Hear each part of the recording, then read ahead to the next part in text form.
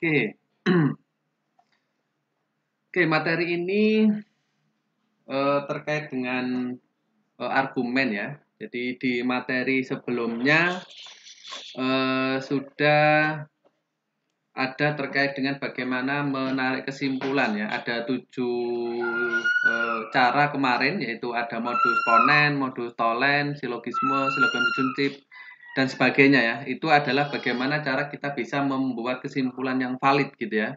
Jadi jika diberikan argumen-argumen, maka kita bisa membuat kesimpulan yang valid berdasarkan argumen yang ada. Jadi contohnya kalau misalkan kita punya premis jika P maka Q, kemudian premis lain adalah P gitu ya. Premis 1, premis 2, maka berdasarkan modus ponen, maka kita punya kesimpulan yang benar adalah Q ya.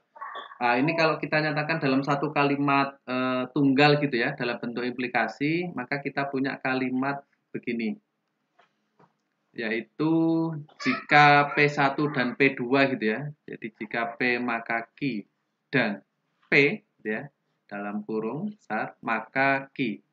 Nah, ini adalah bentuk argumen ya.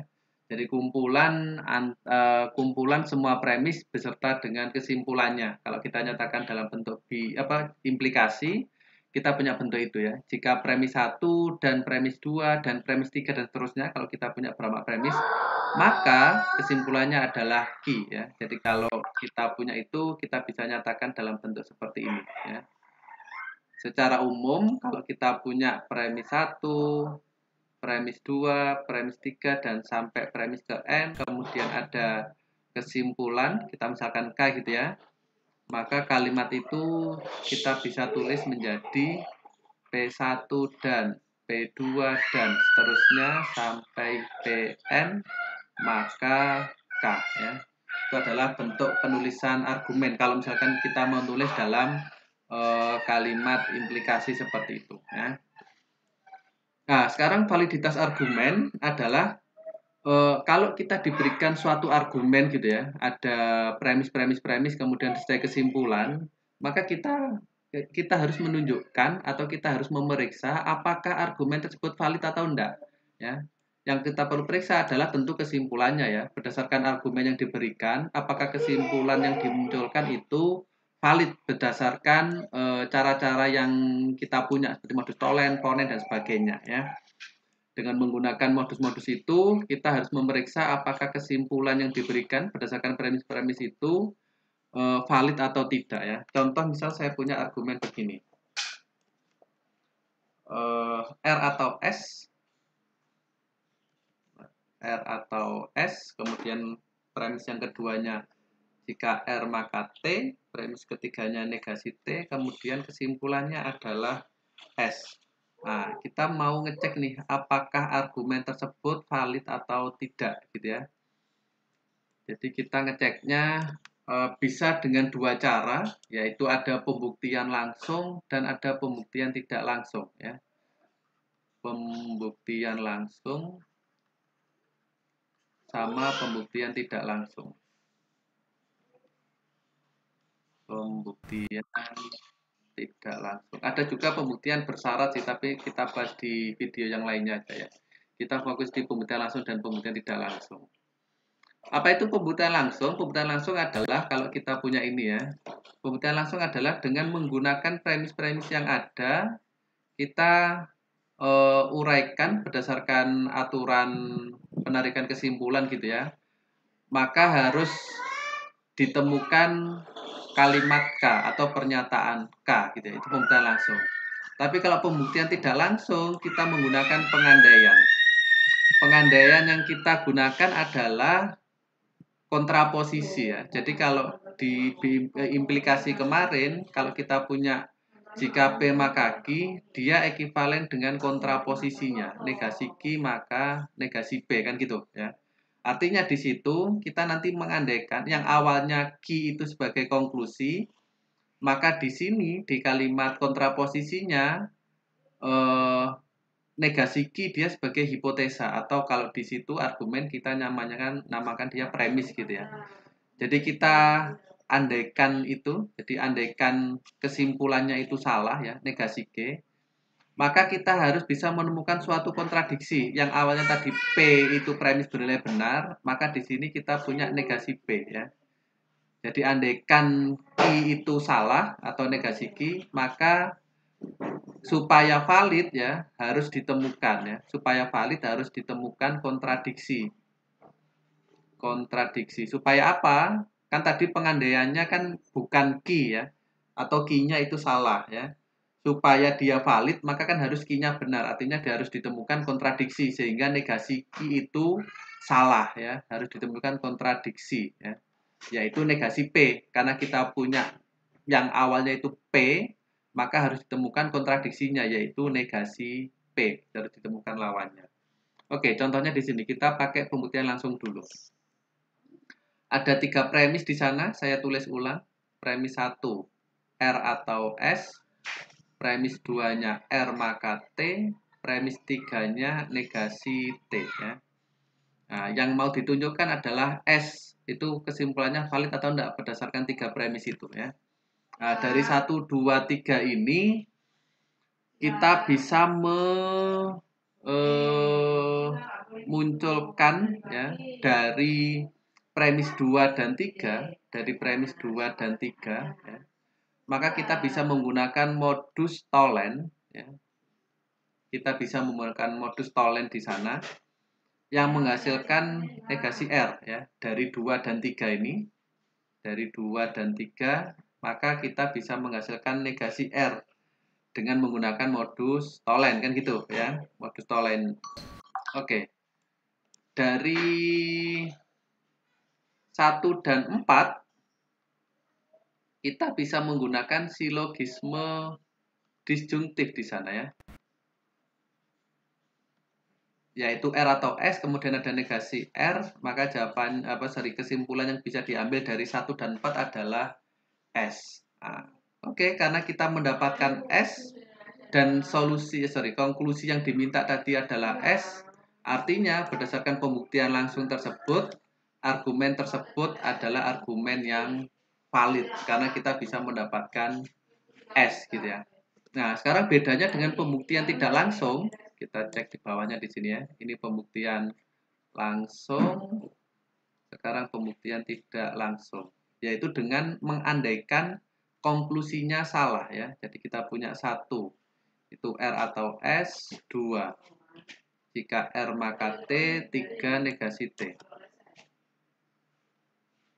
Nah, kita munculkan premis tambahan di sini, yaitu negasi dari konklusi ya. Karena konklusinya S, maka di sini adalah negasi S. Ini adalah premis tambahan. Premis tambahan ya. Yaitu negasi dari konklusi. Kita punya negasi. Kalau misalkan konklusinya nanti R, maka di situ negasi R gitu ya. Kalau konklusinya P atau T, maka negasinya premis tambahannya adalah negasi dari P atau T dan seterusnya. Oke, setelah muncul premis tambahan sama seperti yang di atas, kita cari hubungan antara 1, 2, 3 dan 4 ya. Dari 1 dan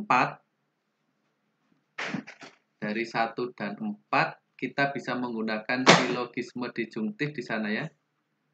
Silogisme disjungtif menghasilkan negasi R di sana ya. R atau S, kemudian ada negasi S, maka menghasilkan negasi R. Kemudian dari 2 dan 3 benar ya, negasi, salah, R ya. Silogisme disjungtif menghasilkan R, salah. Kemudian 6 dari 2 dan 3 kita pakai modus Tholen ya. Kita menghasilkan negasi R ya. Itu ada kontradiksi di sana. 5 itu menghasilkan R, tapi yang di 6 dia menghasilkan negasi R. Artinya di situ ada kontradiksi 5 dan 6 ya. 5 dan 6 ya, sehingga pengandaian karena ada kontradiksi, maka pengandaian negasi S adalah salah ya. Harusnya yang benar adalah S. Selesai ya.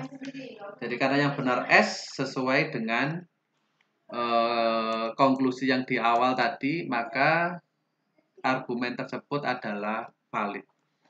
Jadi bedanya langsung dan langsung itu seperti itu ya. Jadi kalau langsung maka kita bisa menguraikan hubungan antar premisnya dengan menggunakan modus-modus atau metode yang ada. Tapi di pembuktian tidak langsung kita munculkan premis tambahan di sana, yaitu negasi dari konklusi. Nah, setelah dari negasi dari konklusi tersebut, kita bisa pakai 4 premis itu jadinya ya, 1, 2, 3, 4. Kemudian kita harus menemukan suatu kontradiksi ya. Kalau ada kontradiksi artinya pengandaian salah. Kalau pengandaian salah berarti yang benar adalah konklusinya ya. Maka dia valid. Jadi kalau ada kontradiksi maka argumen tersebut valid.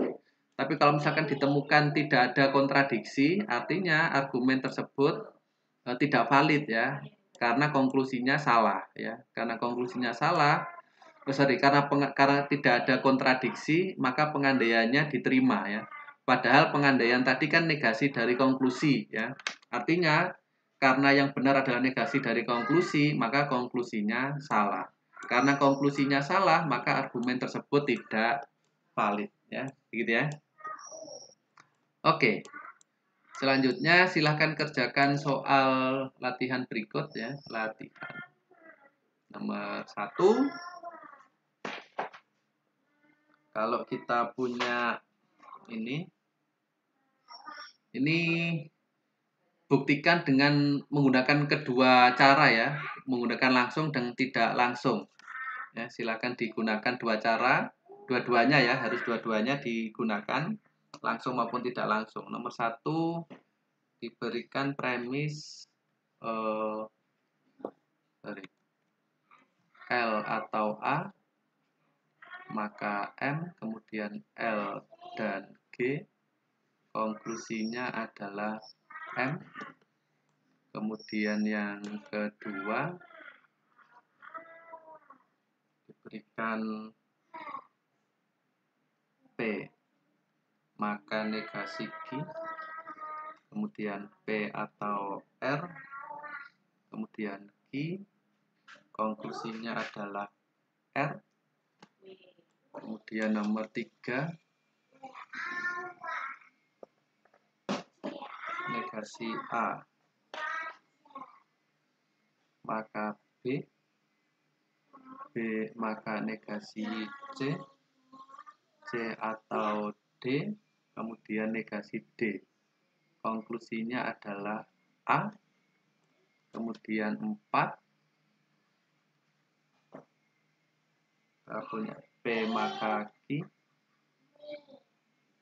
negasi Q atau R, R maka negasi S, kemudian S, konklusinya adalah negasi B. Oke, silakan ditunjukkan ya menggunakan pembuktian langsung maupun tidak langsung, apakah argumen tersebut valid atau tidak ya, sah atau tidak. Oke, sampai sini jika ada pertanyaan bisa kita diskusi di grup ya, atau di komentar boleh. Saya akhiri, selamat belajar, semoga bisa mencapai apa yang diharapkan dari materi ini ya, yaitu bisa membuktikan kevalidan suatu argumen gitu ya. Oke, saya akhiri, selamat belajar. Assalamualaikum warahmatullahi wabarakatuh.